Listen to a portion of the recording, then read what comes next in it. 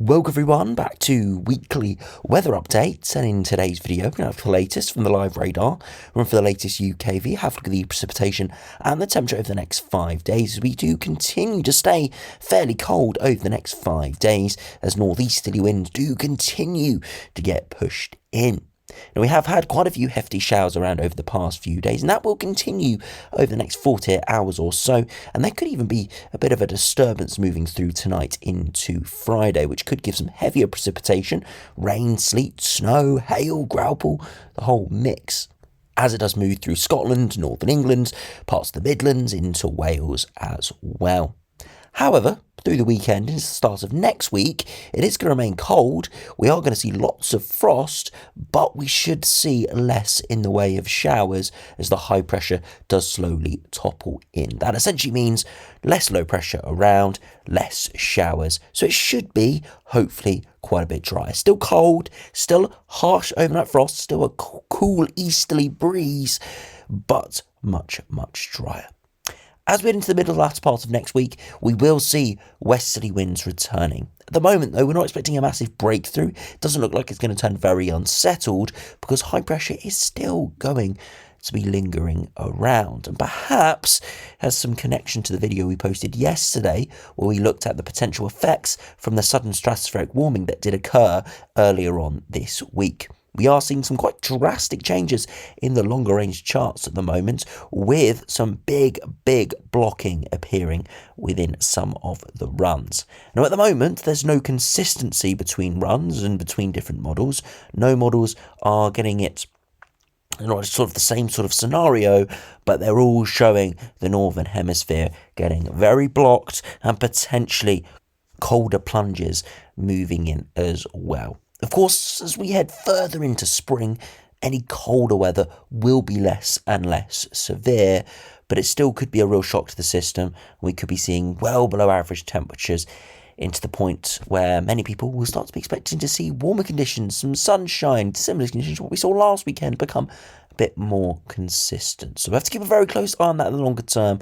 But we are starting to see those impacts within the model, just as we thought over the past few days. So do remember, if you enjoy my videos, make sure you like and subscribe. And remember to follow me on Twitter as well, the link's in the description. Now, if you start on the live radar, you can see it is mostly dry this evening. A few showers still linger across parts of England. Again, a lot of these have been heavy and wintry. Not massive amounts of precipitation, as they do move through quite quickly, but for a few minutes you could get pretty heavy rain, sleet, snow, hail and growlpool. I've seen a lot of showers where I am, and they've all been pretty much hail, growlpool, a bit of snow mixing in. So, a wintry mix, but nothing too crazy. Further northwards, there is a disturbance moving in, and again expecting to see a real eclectic mix within this, and there could be further snow as this falls into colder air further southwards. So we have to keep a close eye on that. Again, not expecting anything major, but it could produce some more heavier precipitation around. Now, do look at the temperatures this evening. When there's around 8 PM, you can see where we've got clearer skies, especially across England and Wales, up towards Scotland, much colder. Temperatures down towards freezing, if not below freezing. We're going to see an increase in frost over the next few evenings as we do see clearer skies and the shower risk reducing. Now, to go over to the latest UKV now, you can see that disturbance that is slowly moving in from the north and will continue to give some heavier precipitation through tomorrow morning, and again could produce some snow, especially over higher ground, inland, especially through the early morning. Eventually moves away, and we see another day of hefty showers in this northeasterly wind, and again they do last around sunset before dying away. As we progress into Saturday, another very dry evening, lots of sunshine, a few odd showers around, nothing too crazy, and into Saturday once again a few showers breaking out, but as the high pressure topples, the shower risk does reduce. As we move slowly into Sunday, you can see again looking pretty dry, some cloud around, not too much going on, and again a few odd showers in the northeast, but generally speaking pretty dry, and that continues into Monday, where again very dry with more of a flat easterly as the high pressure fully topples. And then slowly into Tuesday, you can see lots of clear skies, high pressure firmly involved, and we're starting to see more of a southeasterly, so a slightly drier air mass moving in, but still reasonably chilly. Now, do look at the max temperature. You can see overnight tonight, where we see those clearer skies, temperatures dropping well down towards freezing, if not below freezing. And by Friday afternoon, temperatures maybe 5 to 9 degrees, so still a pretty cold day for mid-March. As we progress slowly into Friday night, you can see temperatures dropping away towards freezing once again, but where we've got a bit of cloud, it will hover just above freezing. But generally, clear skies, you will see frosts over the next few evenings. Into Saturday, it's another pretty cold day, temperatures 5 to 9 degrees, and again overnight into Sunday, a widespread frost where we have clearer skies. Sunday afternoon, more 9 or 10s with a bit more sunshine around. Those temperatures are turning a bit milder, but once again a pretty chilly evening. Maybe not quite as cold with a bit more cloud around, but still mid to low single digits. Monday afternoon, 7 to 9 degrees once again, and quite a widespread frost occurring where we've got those clearer skies. So lots of cold evenings to come, but daytime temperatures should slowly increasing. See by Tuesday, maybe 10 or 11 as we get closer to average once again. Still below average by a degree or two by this point, but ever so slowly creeping back towards the average for the time of year. Now, if you look at the latest GFS, you can see that at the moment still got those northeasterly winds, but eventually the high pressure topples, and this is where we see those clearer nights, drier conditions, and a bit more in the way of frosts into early next week. Eventually the high pressure moves away, and we do see a bit of a westerly wind trying to move through, but look at this, high pressure never fully goes away, and into the longer term, high pressure ridges northwards again, and you can see it does go very blocked. High pressure up towards Greenland, Stratospheric polar vortex getting moved around, and you can see lobes heading towards Scandinavia. And looking at the northern hemisphere, even better view, lots of dips and lots of amplification in the jet stream, showing you very, very uncertain pattern for the longer range, and blocking starting to appear. So let's keep a very close eye on this, but one thing GFS has is a lot of dry conditions, but probably lots of frost and generally quite a lot of cold weather as well. Doesn't necessarily mean we're going to be bitterly cold air all the time, and daytime temperatures may still be decent, but we probably won't get rid of the chill in the air as overnight temperatures remain around freezing or below freezing, where we see those clearings.